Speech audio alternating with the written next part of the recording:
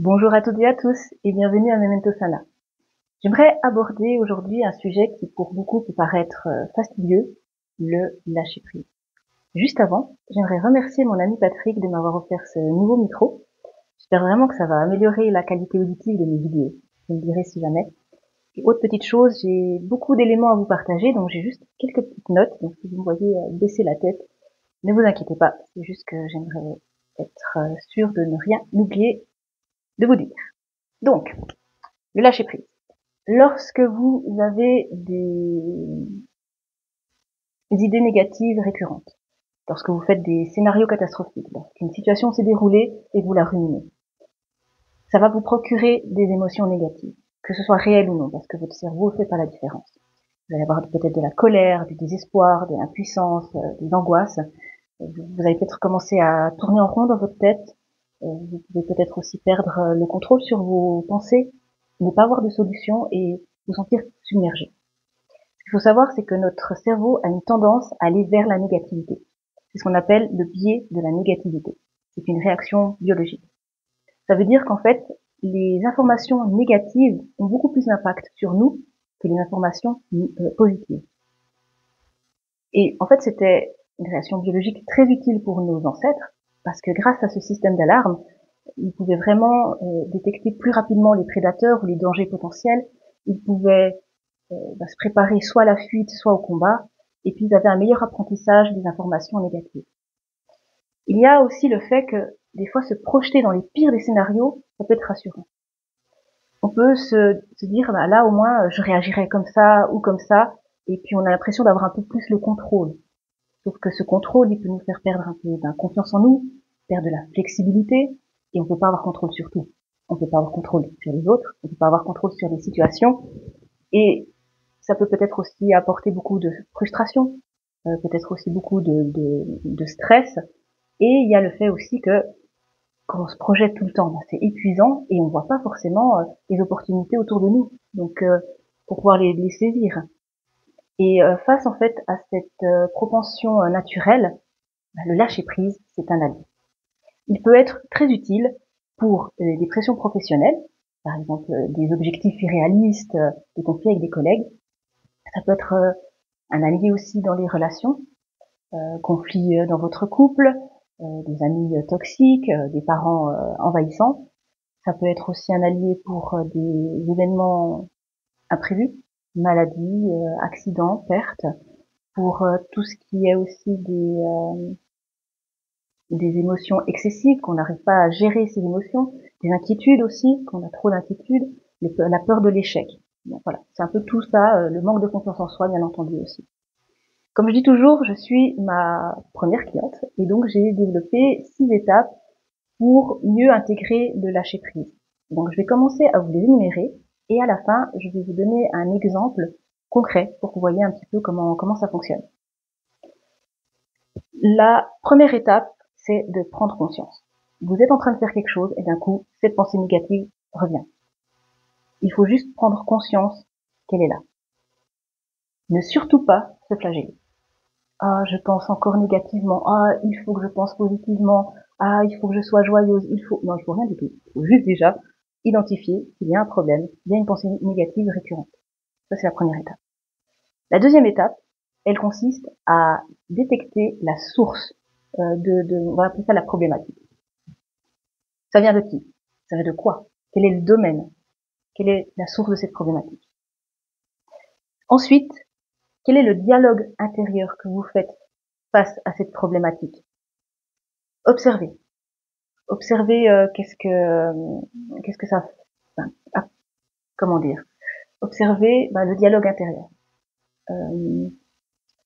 Quel est le scénario catastrophique que vous êtes en train de vous faire? Quelle est la situation à laquelle vous êtes en train de penser? Et matérialisez ceci. Après la première étape, toutes les autres étapes, écrivez-les. Déjà juste pour que ça sorte de votre pensée et que vous matérialisez vraiment cela. Et après aussi, ça va vous aider à travailler sur les différentes étapes. Donc, on a dit, première étape, prendre conscience. Deuxième étape, on identifie la source. La troisième étape, on décrit quel est notre dialogue intérieur face à cette problématique. Quatrième étape, on définit nos schémas vicieux, nos cercles vicieux. Il y en a, selon vos situations, deux principaux. La première, c'est comment vous allez, comment vous allez entretenir les tensions. Un exemple, donc, vous êtes très stressé à cause de votre travail. Vous dormez pas bien. Et donc, vous êtes moins performant. Et donc, vous êtes 2 fois plus stressé. Donc, c'est ça. C'est un cercle vicieux, ça entretient les tensions. Il y a un autre cas, c'est quand la situation s'est déroulée et qu'il y a des schémas répétitifs qui arrivent. Un exemple, voilà, vous avez un problème, vous avez des conflits dans votre couple, votre partenaire ne vous répond pas, vous commencez à penser, voilà, je vais me faire encore abandonner, c'est encore comme ça, je suis encore tombée sur la mauvaise personne. Et vous retombez dans ces cercles vicieux. Donc voilà, notez bien quels sont vos cercles vicieux. Ensuite, 5e étape, définissez vos émotions. Qu'est-ce que la problématique procure comme émotion chez vous? Ah, ça, c'est de la colère, à cause de. Ça, c'est de la peur, à cause de. Vous les observez seulement. Vous les accueillez, vous les nommez, mais surtout, vous ne vous identifiez pas à cela. Vous n'êtes pas colère, vous n'êtes pas tristesse. Ça, c'est la problématique qui vous procure cela. Vous ne luttez surtout pas. Vous les accueillez, vous les notez, comme j'ai dit, et on est là pour lâcher prise, pas pour accumuler encore plus de stress. Et la 6e étape, c'est de mettre en place des actions à votre portée. Il peut y avoir deux sortes d'actions. La première, c'est une action qui va vraiment entrer dans la problématique. Vous cherchez du travail, vous ne trouvez pas de travail, vous faites appel à un coach ou une coach. Voilà, ça c'est une action qu'on va pouvoir mettre directement en place. Vous verrez, je prends souvent les exemples professionnels parce que c'est ceux qui généralement sont plus faciles à décrire. Mais ça vraiment, ça s'adapte à toutes les situations et tous les domaines. Et il y a aussi le fait que pour pouvoir avoir de nouvelles idées, de penser à des nouvelles solutions, attirer des gens qui vont vous apporter des solutions ou pouvoir voir l'aide autour de vous, pour cela vous devez être moins stressé, plus au calme et puis plus ouvert à cela aussi. Si vous êtes dans la rumination, vous n'allez pas voir ça. Et justement, pour être un peu moins dans cette rumination, pour pouvoir après mettre en action des actions en place, il y a différentes petites activités en tout cas, que vous pouvez faire. La première, c'est de revenir dans le moment présent. Alors voilà, on voit ça partout, mais c'est très efficace parce que je suis où, je fais quoi, votre pensée, elle va se focaliser sur autre chose que ce que vous êtes en train de ruminer ou les scénarios catastrophiques que vous êtes en train de vous faire. Ok, je suis là, chez moi, assise, en train de faire une vidéo. Ok. Et là, vous allez déjà voir pour prendre un peu plus de distance face à tout ce qui se passe dans votre tête. Ensuite, c'est très bête à dire, mais respirez. Vraiment. Prendre vraiment une très grande inspiration, une très longue expiration, plusieurs fois. Ça va automatiquement calmer votre système nerveux qui va, comment on dit ça, inéluctablement, en fait, calmer votre mental. Donc voilà. Respirez. Il y a aussi le fait de bouger. Alors, si vous n'avez pas envie de voir du monde, vous n'avez pas envie de sortir chez vous, vous pouvez juste faire un peu des étirements, marcher un peu, mettre YouTube et puis danser un peu. Enfin voilà. C'est vraiment pour en fait relâcher les tensions physiques que les émotions ont engendrées. Et il y a aussi le fait de vous faire une liste d'activités qui vous font du bien, une liste d'activités qui vous font plaisir, qui vous nourrissent intérieurement, parce que selon qu'est-ce qui se passe, vous n'allez pas vouloir faire une seule activité où il y a peut-être une activité que vous aimez bien faire. Imaginons que vous adorez peindre, là vous êtes anéanti, vous n'arrivez pas à bouger, vous ne pouvez pas peindre. Il en faut une autre pour pouvoir lâcher prise, ça c'est sûr, mais surtout vous apporter plus de place dans votre tête, de lâcher un peu tout ce qui est en train de ruminer. Et c'est toujours bien d'avoir une petite liste d'activités qui est à portée de main si jamais. Donc, si vous connaissez bien, vous savez ce qui vous fait du bien. Mais voilà, si vous n'avez pas l'habitude, n'hésitez pas à vous faire une petite liste de vraiment plusieurs choses. Comme ça, si jamais ça devait arriver, voilà, qu'est-ce qui me fait du bien? Si c'est regarder une série sur Netflix pendant toute une journée, ben vous faites ça, tant que ça vous lâche un petit peu à l'intérieur de votre tête. Je regarde juste où c'est que j'en suis. Ensuite, ah oui, il y a le fait de relativiser.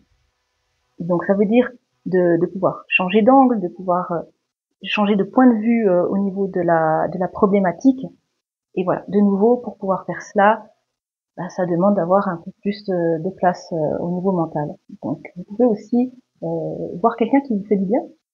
Donc c'est toujours bien aussi de juste parler, et ça régule votre système nerveux, et puis voilà, ça peut vous faire, enfin, ça peut vraiment calmer ce mental. Il y a aussi le fait de voir des personnes qui ont vécu la même chose que vous, parce que souvent, si on est vraiment totalement submergé, on a l'impression qu'on est la seule personne à vivre cela, alors que beaucoup de personnes ont pu vivre exactement la même situation. Et puis voilà, peut-être parler aussi à des personnes qui vont vous apporter de nouvelles idées, de nouvelles solutions auxquelles vous n'avez peut-être pas pensé.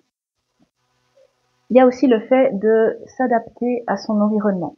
Si vous n'avez qu'une seule pensée et vous ne faire que cela, il va falloir être plus flexible. Exemple professionnel, vous cherchez un travail dans un seul domaine, vous ne trouvez pas de travail, vous êtes obstiné, vous voulez absolument rester dans ce domaine-là, soyez plus flexible à votre environnement. Peut-être que, ok, vous voulez ce travail-là, mais il va falloir faire un autre travail et un autre travail avant d'arriver à votre travail que vous rêvez, par exemple.